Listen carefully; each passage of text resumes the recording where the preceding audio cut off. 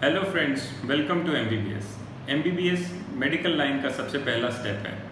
आप सब यहाँ पहुँचे, all of you deserve it and a big congratulations to all of you. आप ही लोगों की तरह 18 साल पहले मैंने भी अपना ये सफ़र शुरू किया। धीरे धीरे इसमें एमबीबीएस, पोस्ट ग्रेजुएशन, एमसीएच, इन सारी चीज़ों से चलते हुए आज मैं वहाँ पहुँच पाया हूँ जहाँ मैं आज हूँ। इसमें सबसे बड़ा कंट्रीब्यूशन मेरे उन टीचर्स और प्रोफेसर्स का रहा जिन्होंने मुझे मेरी जर्नी में हेल्प किया, सपोर्ट किया और गाइड किया। आप लोगों की ही तरह उन्हीं बेंचेस, उन्हीं क्लासरूम से मैंने भी अपना सफ़र शुरू किया जिन पे आप आज होंगे या फिर आगे आप क्लासेस अटेंड करेंगे। कुछ प्रोफेसर्स, कुछ टीचर्स जो आज आप लोगों को पढ़ाएंगे वो मेरे टाइम पे भी थे। उन लोगों ने ही मुझे गाइड किया और मुझे आगे का रास्ता दिखाया। मैं आज जो भी हूँ शिवशा मेडिकल कॉलेज और वहाँ के टीचर्स की वजह से हूँ, and I really owe to them. Normally MBBS का जो रास्ता है वो बहुत आसान नहीं होता।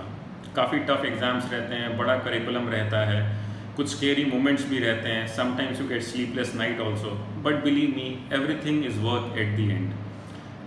एमबीबीएस के बाद जब आपके नाम के आगे डॉक्टर लगेगा, आपको लगेगा वो सारी स्ट्रगल जो आपने अभी तक करी वो वर्थ थी। डॉक्टर बन के आप सोसाइटी को कंट्रीब्यूट भी कर सकते हैं और अपने लिए एक अच्छा भविष्य भी आगे डिसाइड कर सकते हैं।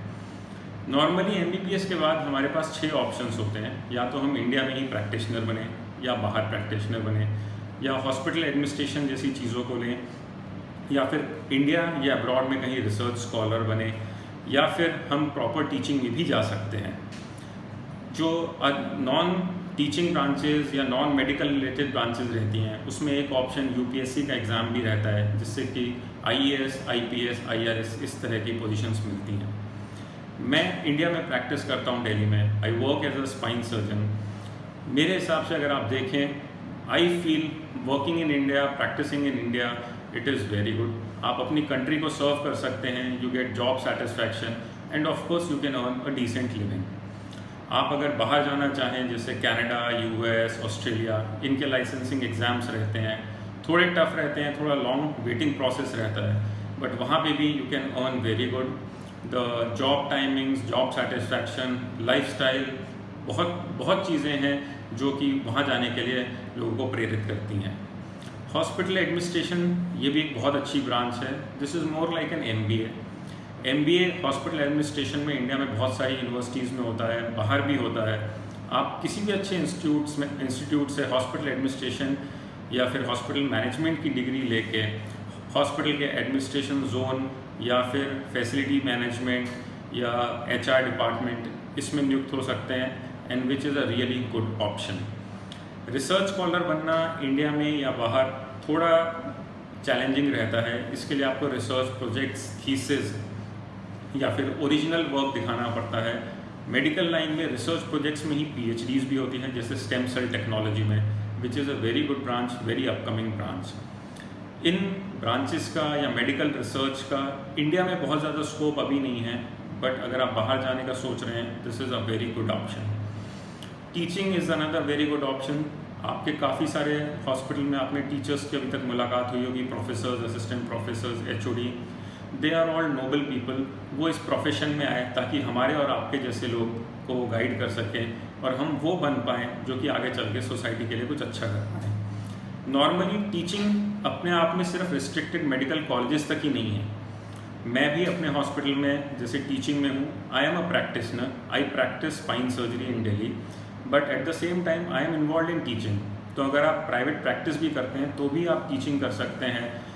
मेरे अंडर में आज की डेट में 7 से 8 पोस्ट ग्रेजुएशन के स्टूडेंट्स हैं ऑर्थोपेडिक्स के, प्लस 2 एमसीएच स्पाइन सर्जरी के स्टूडेंट्स हैं। मैं अपनी प्राइवेट प्रैक्टिस करते हुए भी टीचिंग में कंट्रीब्यूट करने के लिए टाइम और मेरे पास फैसिलिटीज़ हैं, so I am able to contribute. अगर आप इंडिया में रहते हैं, you want to do your own private practice, तब भी आप टीचिंग कर सकते हैं। You can at the same time serve the society by doing good. You can work for under privilege और those who are in need, और आप अपना सेल्फ सेटिस्फैक्शन के साथ साथ सोशल सर्विस भी कर सकते हैं। इंडिया में आपका जो सफ़र है एमबीबीएस और उसके बाद का, if you want to take up practice, थोड़ा सा लंबा रहता है। एमबीबीएस के बाद पोस्ट ग्रेजुएशन होती है और पोस्ट ग्रेजुएशन के बाद सुपर स्पेशलाइजेशन। ये सफ़र कुछ 10 या 12 साल का होता है, डिपेंडिंग कि आप डिप्लोमा करते हैं, डिग्री करते हैं, MCH करते हैं या फेलोशिप। बट नॉर्मली स्पीकिंग ये कम से कम 10 या 12 साल का सफ़र रहता है। ये सफ़र थोड़ा लंबा है, but at the end once you are a super specialist in any field, आप लोग की डिमांड भी रहेगी, you will be earning good and at the same time you can choose your work. ये सारी चीज़ें जो आज मैं आप लोगों को बता रहा हूँ, ये इसलिए ज़रूरी है कि पहले स्टेप से ही आप लोगों को ये पता हो कि आगे लाइंस क्या हैं और क्या क्या चीज़ें हैं जो वर्ल्ड वाइड अवेलेबल हैं आप लोगों के लिए, ताकि आप अपना करियर अभी से चुन सकें। इसमें कुछ चीज़ें जो ज़रूरी हैं वो ये है जानना कि अगर आप मेडिकल लाइन में नहीं कंटिन्यू करना चाहते तो भी UPSC के थ्रू आप IAS, IPS या IRS बन सकते हैं। ये ब्रांचेस अपने आप में काफ़ी ल्यूक्रेटिव है, but at the same time इसमें भी आपको बहुत मेहनत करने की ज़रूरत है। IAS, IPS बनने के लिए भी एग्ज़ाम्स क्लियर करने पड़ते हैं, इंटरव्यूज़ क्लियर करने पड़ते हैं। But at the same time if as a doctor you are appearing for a UPSC exam, you have the upper age. आपके सिलेक्शन के चांसेस या आपके सब्जेक्ट सिलेक्शन के चांसेस काफ़ी अच्छे रहते हैं, बिकॉज डॉक्टर्स की हर फील्ड में डिमांड है। MBBS का सफ़र आपका बहुत आसान नहीं रहेगा, कुछ एग्ज़ाम्स बीच में रहेंगे, कभी कभी फ्रस्ट्रेशन लेवल्स भी रहते हैं, बट आप अपने आप पे भरोसा रखें। With dedication and hard work you can get through everything. India में मेडिकल लाइन में पोस्ट ग्रेजुएशन लेना बहुत आसान नहीं है। कोई भी अच्छी ब्रांच जैसे कि ऑर्थोपेडिक्स, पीडियाट्रिक्स, मेडिसिन, जिसमें भी आपको इंटरेस्ट हो, you should work for that. कभी कभी MBBS के बाद सीधा पोस्ट ग्रेजुएशन में एडमिशन नहीं मिलता, तो डोंट गेट डिसहार्टेंड। थोड़ा टाइम दीजिए, अच्छे से मेहनत करिए। प्रोफेशनल कोचिंग्स हैं जो कि आपको हेल्प करेंगी, and maybe in a year और 2 you will be able to crack the exam. अच्छे इंस्टीट्यूट, अच्छी ब्रांचेस के लिए हमेशा कोशिश करनी चाहिए, बट मेरी पर्सनल ओपिनियन ये है कि आप लोग इसके पीछे बहुत साल ना खराब करें। अगर आपको कोई आपकी पसंद की ब्रांच मिल रही है in not so good a college, आपको वो ब्रांच ले लेनी चाहिए, but you should not waste your years. MBBS या पोस्ट ग्रेजुएशन ये एक लंबा प्रोसेस है। इसमें अगर आपको लगता है कि अर्निंग या बाकी चीज़ें डिफ़िकल्ट हैं, तो ऐसा बिल्कुल नहीं है। ज़्यादातर जगहों में आजकल पोस्ट ग्रेजुएशन में सैलरी भी बहुत अच्छी है। Eight the same time when you are learning, you can earn, you can support your family.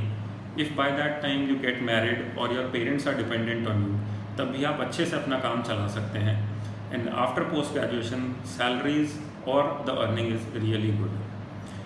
सबसे ज़रूरी चीज़ ये है कि MBBS के 6 साल आप इंजॉय ज़रूर करिएगा। आपको हमेशा ये पता होना चाहिए कि पढ़ना ज़रूरी है, but at the same time आपको इंजॉय करना भी उतना ज़रूरी है।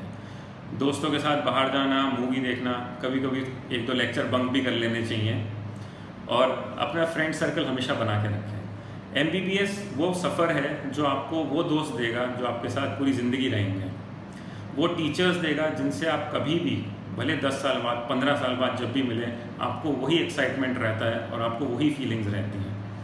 MBBS is a golden phase. MBBS का फेज़ आपके पास वापस कभी नहीं आएगा।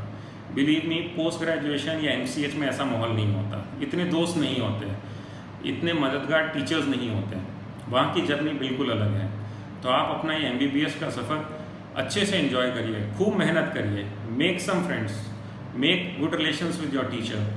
आगे का सोचिए, और जिस भी टीचर से, प्रोफेसर से, सीनियर से आपको लगता है कि फ्यूचर में हेल्प लेनी है या कुछ सीखने को मिलेगा या कहीं सेटलमेंट में हेल्प हो, उन सब से रिश्ता बना के रखिए। Thank you, all the best.